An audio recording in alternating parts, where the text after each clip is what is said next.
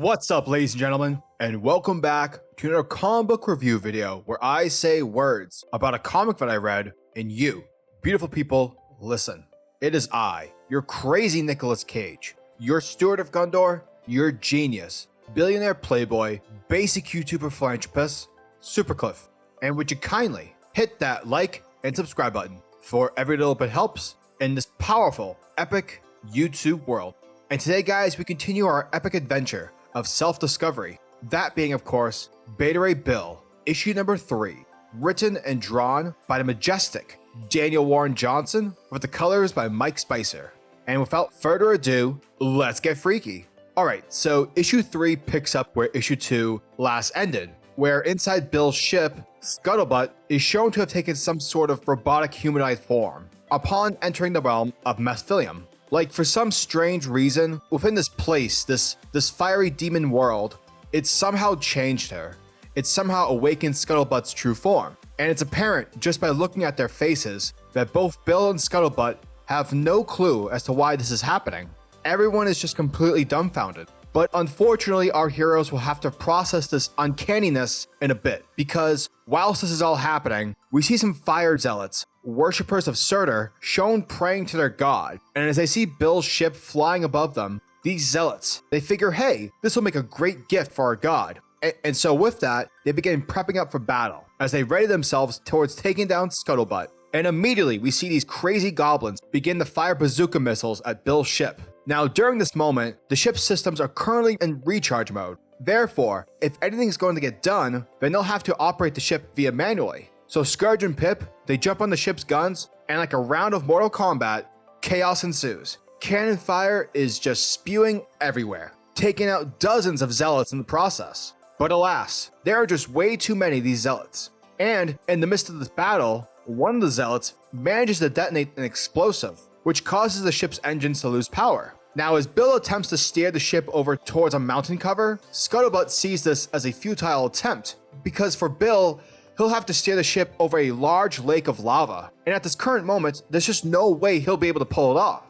Therefore, Scuttlebutt, she gets an idea, and it's here where we see her use her abilities to transform the ship into a legitimate lava-based boat. And voila! Scuttlebutt saves everyone in the process, whilst taking out the goblin zealots at the same time. Afterwards, we pick up with our cast of characters, as they're all sitting down and are simply discussing the deal. You know, like what are they gonna do and whatnot moving forward. Now, whatever it is that they plan on doing, they better do it quickly, because Scuttlebutt, she lets them all know that Surtur's zealots, they're gonna come back with more numbers. In addition, she also lets everyone know that although the ship is repairing itself, the lava is still doing damage. Therefore, they'll have to devise some sort of plan in order to make it down to the next level and retrieve Surtur's sword, Twilight, which Scuttlebutt located via scanning. Now, once the crew have devised their plan, both Scuttlebutt and Bill, they have themselves a private moment in order to talk about Scuttlebutt's transition. Because Bill here, he's having a difficult time in seeing Scuttlebutt this way. A ship that he's known all throughout his life, basically a voice over the intercom, is now in front of him in a robotic form. And so it's weird for him. Like, this is all happening way too fast for him to comprehend. Therefore, as a way to ease the awkwardness, the two of them play a friendly game of ping pong.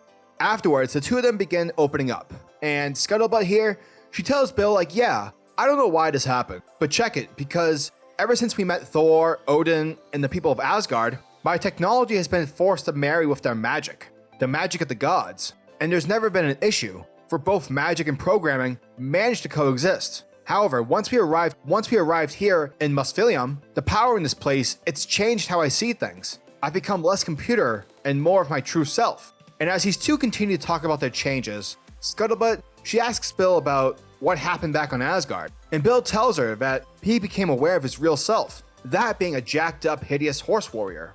And that's why he's been so adamant towards finding the Twilight Sword. Now, as a way to make Bill feel better, Scuttle shows off a collection of visual records that she stored for their time together, depicting every mission, every interaction. It's all here. And in addition, Scuttlebutt shows off a new axe that she made for Bill, and it possesses everything that all the cool kids want. Your typical polycarbonate nanonite steel. It's super sexy. Suddenly, Pip radios over to Bill, telling Bill that he needs to get upstairs immediately. And so once Bill and Scuttle arrive on the ship's deck, they're told that more goblin zealots are en route to board their ship. And with the ship's systems being used to keep the lava at bay, our heroes will have to handle this battle the old-fashioned way. Oh, and Scourge? He's ready to party, for he's bringing the might of Texas with him. And thus the battle begins. Goblins begin to launch themselves onto the ship. However, these crazy zealots are met face to face with Bill's new battle axe. And like a badass mofo, Bill unleashes the powers of his new weapon, decimating several baddies in the process. Legit, Bill is slicing and dicing.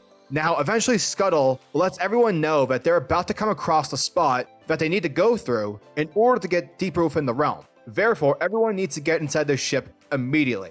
And once everyone gets back inside, they're able to divert the ship through the hole, making their dive. Now, as the ship is traveling deeper and deeper, the ship's hull is seemingly about to bust due to the amount of lava. However, Scuttle is using all of her power in order to prevent the ship from collapsing. And eventually, after a bit of driving skill and boost speed, our heroes are able to successfully make it through the hole as they now enter the next level. However, upon reaching the next level, Scuttlebutt is shown to be unconscious due to the amount of energy that she had to use in order to keep the ship intact. But if that wasn't bad enough, outside we see nothing but shadow, with a gigantic shadow cracking, waiting in the abyss. Ooh. And that was Beta Ray Bill, issue number 3.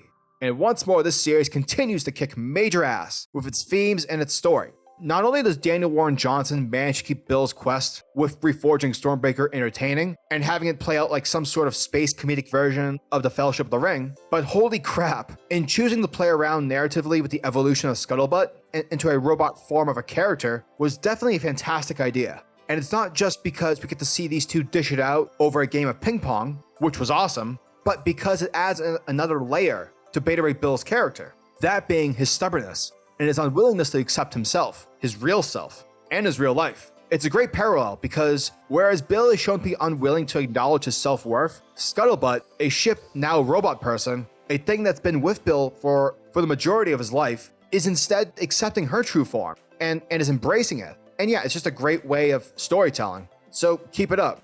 Oh, now obviously this is going to make me sound repetitive, but it still needs to be said that the art in this is top-notch.